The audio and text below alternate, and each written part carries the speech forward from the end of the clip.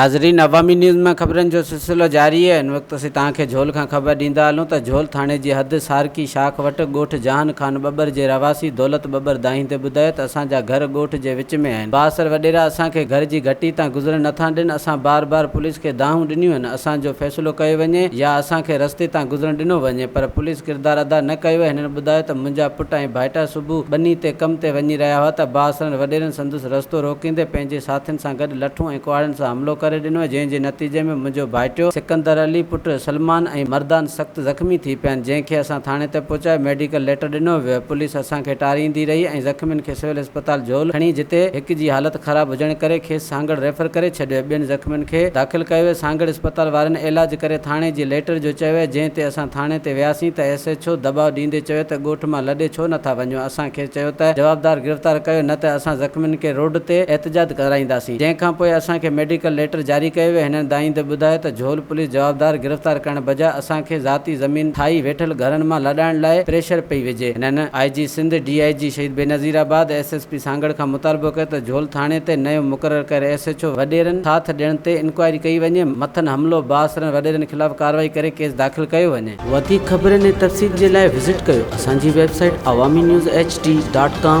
ऐं ॾिसंदा रहो अवामी न्यूज़ HD।